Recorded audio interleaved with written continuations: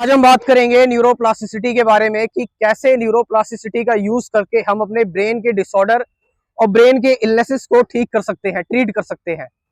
तो ये पूरी सीरीज रहेगी जिसमें हम जो है वो कैसे न्यूरोप्लास्टिसिटी के थ्रू हम जितने भी हमारे ब्रेन के डिसऑर्डर हैं, ब्रेन के डिसऑर्डर से रिलेटेड जो फिजिकल जो डिसऑर्डर्स हैं उन पर भी बात करेंगे।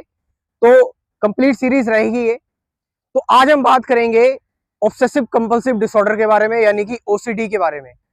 तो यहाँ पर जो न्यूरोप्लास्टिसिटी है, मैं आपको शॉर्ट में बता दूं, वो ये है कि हम अपने ब्रेन को जो है चेंज कर सकते हैं। मोल्डेबल है ब्रेन, ब्रेन को जो है वो हम बदल सकते हैं।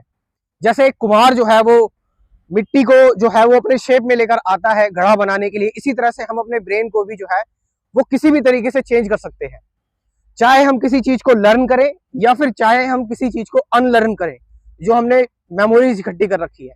तो आज हम बात करेंगे ओसीडी के बारे में, ऑब्सेसिव कंपल्सिव डिसऑर्डर के बारे में। ओसीडी की अगर हम बात करें तो बार बार थॉट्स आते हैं किसी भी चीज को लेकर, चाहे वो जो है डिजीज को लेकर आते हैं, बीमारियों को लेकर आते हैं कि कहीं मुझे कोई बीमारी ना हो जाए, कहीं मुझे जो है वो मैं किसी चीज को टच कर लूं तो बार बार हाथ धोने के जो विचार आते हैं, सारी चीजें।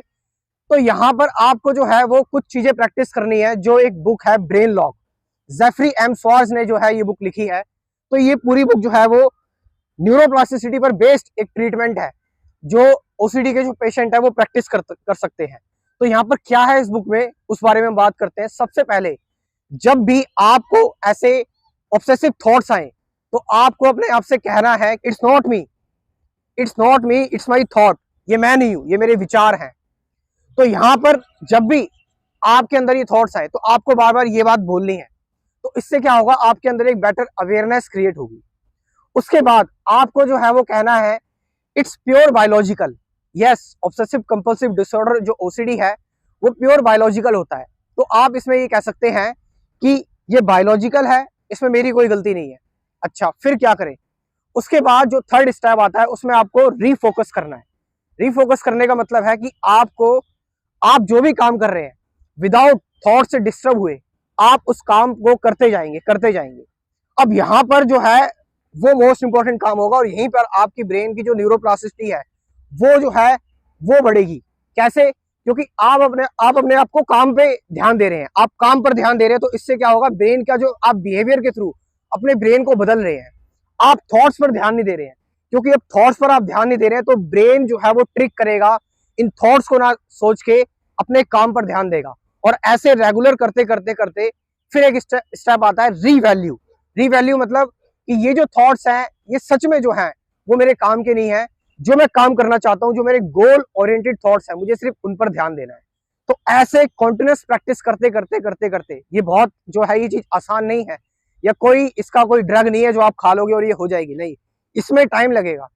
क्योंकि जो बच्चे होते हैं 5 ईयर ओल्ड 6 ईयर ओल्ड, उनकी जो प्लास्टिसिटी होती है वो बहुत जल्दी हो जाती है क्योंकि वो भी उस स्टेज में है। लेकिन जैसे जैसे आप एडल्ट होते चले जाते हैं तो आपकी जो प्लास्टिसिटी है वो वीक पड़ती जाती है। तो यहाँ पर आपको जो है वो टाइम देना पड़ेगा। लेकिन यहाँ पर बात होती है कि कुछ लोग जो है वो मेडिकल ट्रीटमेंट लेने से घबराते हैं, जैसे दवाइयाँ खाने से घबराते हैं। तो दवाइयाँ का एक चीज हमें समझनी पड़ेगी कि दवाइयों से भी आपकी प्लास्टिसिटी जो है वो इंक्रीज हो रही है। क्योंकि दवाई खाने से आपका ब्रेन जो है वो एंजाइटी कम लेगा। क्योंकि ब्रेन जब एंजाइटी कम लेगा आपकी, तो इससे क्या होगा, आपके ब्रेन को एक हैबिट पड़ रही है कि आप एंग्शियस ज्यादा नहीं होंगे। तो ये भी एक न्यूरोप्लास्टिसिटी है। बस यहाँ पर जो है वो थोड़ा सा प्रोसेस जो है वो जल्दी हो जा रहा है। तो वो आप पर डिपेंड करता है कि आप जो है वो बिहेवियर थेरेपी, साइकोथेरेपी, सीबीटी के थ्रू अपनी प्लास्टिसिटी है वो इंक्रीज करना चाहते हैं, या मेडिसिन के थ्रू, या फिर कंबाइन। अगर बढ़िया रिजल्ट जो आते हैं वो कंबाइन आते हैं। तो आप जो है इस तरीके से इस न्यूरोप्लास्टिसिटी का यूज करके जो है वो आप अपने इस डिसऑर्डर को जो है वो ट्रीट कर सकते हैं। और लोग सच में ट्रीट कर रहे हैं, बहुत बड़ी बड़ी टेस्टमनीज हैं इसको लेकर। तो आप जो है न्यूरोप्लास्टिसिटी का यूज करके बिल्कुल अपने ब्रेन के डिसऑर्डर को ठीक कर सकते हैं। लेकिन ये सारी की सारी चीजें आपको जो है वो अंडर गाइडेंस करनी होगी, प्रोफेशनल से पूछकर, जो प्रोफेशनल्स है इस फील्ड में। Thank you very much.